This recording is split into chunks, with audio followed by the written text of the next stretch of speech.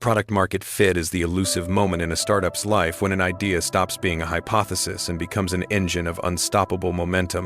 When customers pull the product from the company faster than the company can push it, and when every metric usage, retention, referrals, willingness to pay suddenly aligns with a clarity that feels almost magical after months or years of uncertainty. It is the holy grail of startup success, because everything that comes before it is struggle and experimentation, while everything after it is scale and acceleration. To understand why product market fit holds such power, one must first understand the nature of startups. They are not miniature versions of big companies, but temporary organizations, searching for a repeatable, scalable business model. Before product market fit, founders are explorers in the dark, navigating through assumptions, guesses, prototypes, pivots, and conversations with users in hopes of discovering a problem so painful, so pervasive, that people will change behavior to embrace a new solution. After product market fit, the startup transforms into a machine for growth, focusing on distribution, hiring, infrastructure, and expansion. But between these two states lies a treacherous, fog-filled valley in which most startups perish, not because the idea is inherently bad, but because they fail to align product with the needs of a real market. The concept of product market fit was popularized by Mark Andreessen, who described it as the single most important quality of a successful startup. Without it, nothing matters. Not funding, not marketing, not hype. With it, everything becomes easier, sometimes astonishingly so. Founders suddenly discover that customers who were once skeptical now evangelize the product. Investors who once hesitated now chase the company. Teams that once struggled to prioritize now feel pulled by obvious demand. But achieving product market fit is neither formulaic nor guaranteed. It requires deeply understanding the customer's world, their frustrations, their desires, their motivations, and the emotional reasons behind their decisions. Many founders fall into the trap of building technology for its own sake, believing innovation alone will attract users. But product market fit is not about what the founder wants to build. It is about what the market desperately wants solved. The journey begins with a problem worth solving. The best startups often emerge from founders who personally experience the pain. They understand the problem intimately, see its hidden dimensions, and possess unique insight into why current solutions fail. Airbnb's founders could not afford rent and discovered that strangers were willing to pay for a place to sleep. Slack grew out of a failed video game company that built an internal communication tool. Dropbox was born because Drew Houston kept forgetting his USB drive. These origin stories illustrate a pattern. Founders who obsess over a problem often see opportunities that outsiders miss. But obsession alone is not enough. Founders must validate that others share their problem. This requires interviews, prototypes, experiments, and relentless iteration. Many founders fear talking to users, preferring to hide in code. But the path to product market fit is paved with conversations that reveal the messy, unfiltered reality of user behavior. Once problem clarity emerges, the next stage is crafting a value proposition that resonates. A startup must articulate why its solution is not only better, but meaningfully better than alternatives. Customers rarely switch, unless the improvement is dramatic. The product must solve a burning problem, not a lukewarm inconvenience. Sean Ellis, who coined the term growth hacking, developed a simple test for product market fit. Ask users how disappointed they would feel if the product disappeared. If 40% or more answer very disappointed, the startup is likely close to achieving it. This emotional measure captures something quantitative metrics cannot: whether the product has become essential. The product itself must evolve through rapid experimentation. Startups often begin with MVPs, minimum viable products that test key assumptions before full development. An MVP is not a stripped-down version of the final vision, but a focused experiment designed to learn. If the startup discovers that users love one feature and ignore others, the team may pivot or refine the core offering. Twitter emerged from a side project at Odeo. Instagram pivoted from a complex location-based social app to a simple photo-sharing tool. These shifts demonstrate how product-market fit often emerges not from rigid plans, but from flexibility and adaptation.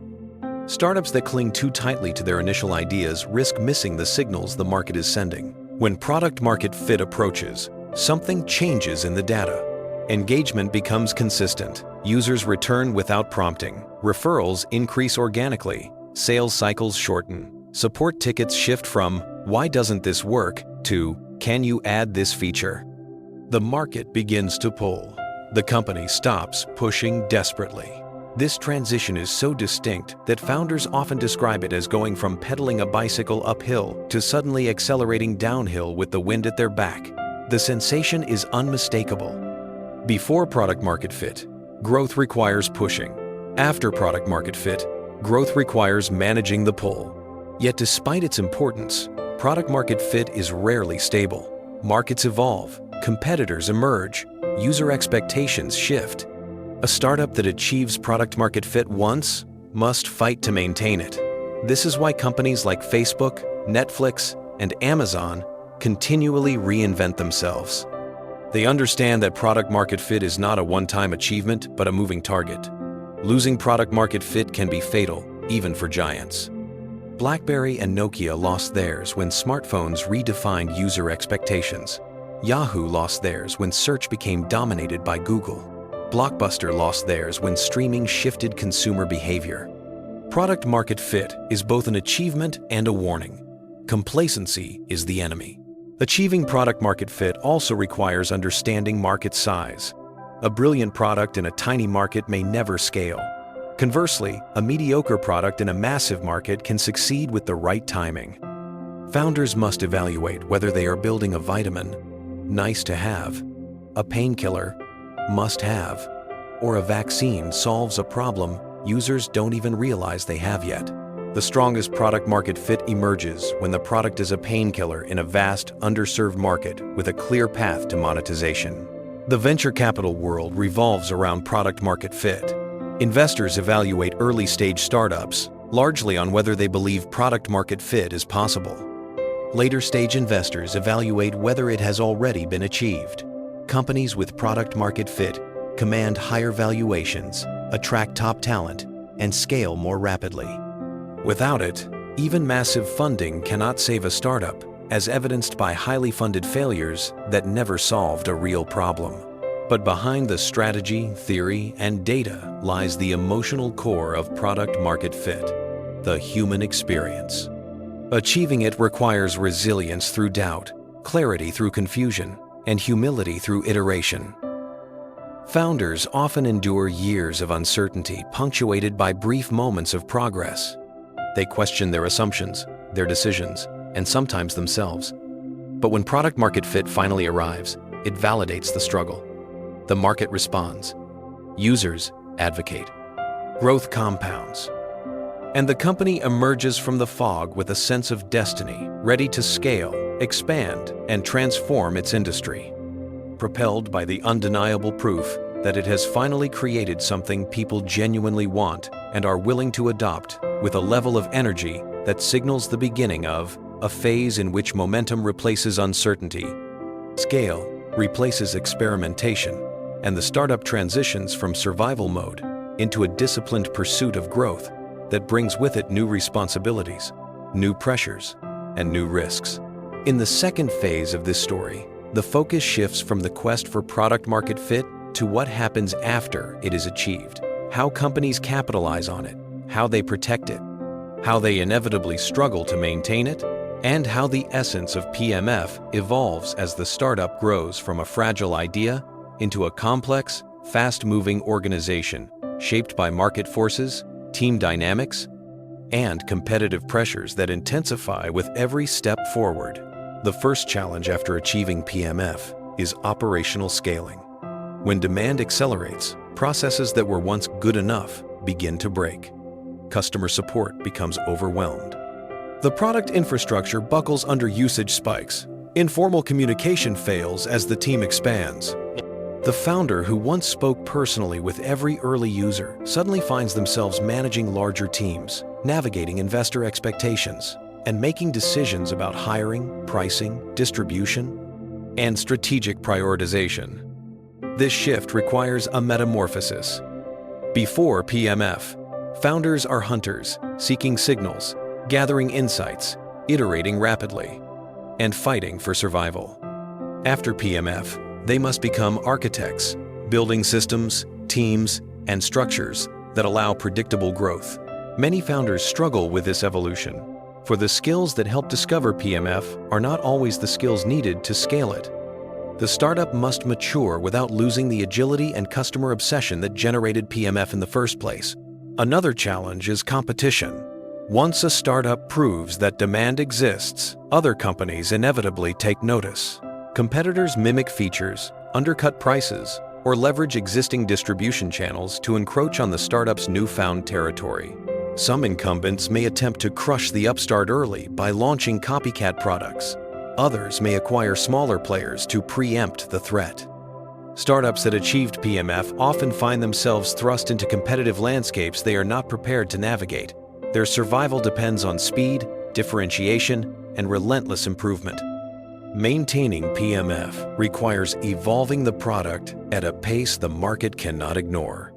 Companies like Netflix, Spotify, and Shopify retained PMF by constantly expanding value, streamlining experience, and anticipating user needs before users even articulated them. In this sense, PMF is not a destination, but a dynamic equilibrium, one that must be defended through continual innovation. A deeper challenge emerges from within the company: the alignment of culture with scale. In the pre-PMF stage, teams are typically small, tightly knit, and unified by a shared mission. After PMF, rapid hiring becomes necessary, often doubling or tripling headcount in a matter of months. New employees join without the same context, urgency, or intuition for the customer problem. Communication becomes more complex. Decision-making becomes slower. The founder's role evolves from doer to communicator, from maker to storyteller. Culture becomes a strategic asset, something to cultivate intentionally rather than assume naturally. Companies that scale successfully after PMF tend to articulate their values clearly, empower teams with autonomy, and design processes that preserve speed without sacrificing coherence. Yet the greatest post-PMF challenge is the shifting nature of the product itself. As the user base expands, the company encounters new customer segments with different needs. The early adopters who fueled initial traction may not represent the mainstream market. Features that delighted a niche audience may not resonate broadly.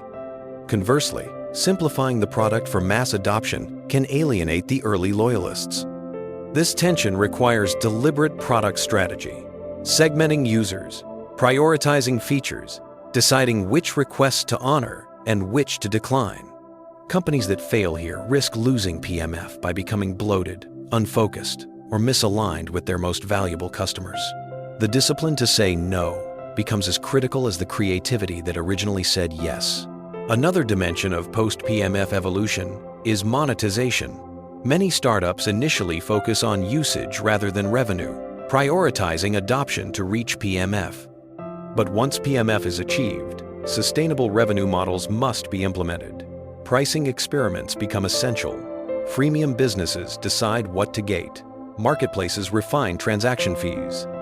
SaaS companies explore tiered plans. Monetization must enhance value rather than undermine it. A misaligned revenue strategy can erode trust and destroy PMF by shifting the focus from user success to short-term financial gains. Startups must learn to monetize thoughtfully, ensuring that customers feel the product is worth far more than what they pay.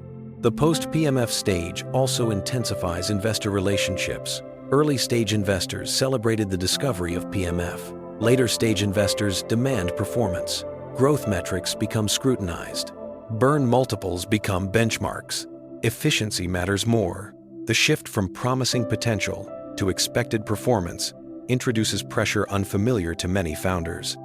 Companies often find themselves balancing the need for aggressive expansion with the need for operational discipline. Venture capitalists may push for rapid scaling, international expansion, or category domination.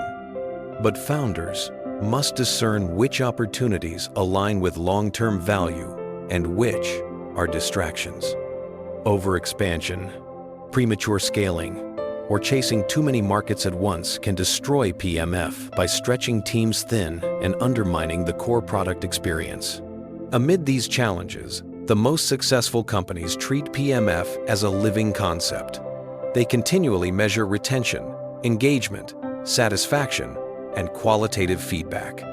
They listen obsessively to customers, track friction points, and refine their value proposition. They study emerging competitors, anticipate shifts in technology, and evolve their product vision accordingly. This adaptability explains why some companies maintain PMF for decades, while others lose it in mere years. Product market fit is not solely about how well a product serves a market. It is about how well a company evolves alongside its market. At an even deeper level, the pursuit and preservation of PMF reveal fundamental truths about human behavior. Users do not adopt products because they are new. They adopt them because they transform some part of their lives, reducing friction, increasing efficiency, offering joy, or fulfilling emotional needs. Product market fit occurs when a product aligns so well with human psychology that using it becomes intuitive, satisfying, even delightful. Maintaining PMF requires preserving that emotional resonance even as the company scales. In the end, product market fit is both a milestone and a mindset. It marks the moment a startup proves its right to exist, the moment the market confirms that the solution is worthy. But it also demands vigilance, humility, and continuous learning. Founders who achieve PMF but fail to evolve risk losing everything they gained. Founders who treat PMF as a journey, dynamic, fluid, ever-shifting, build companies that endure.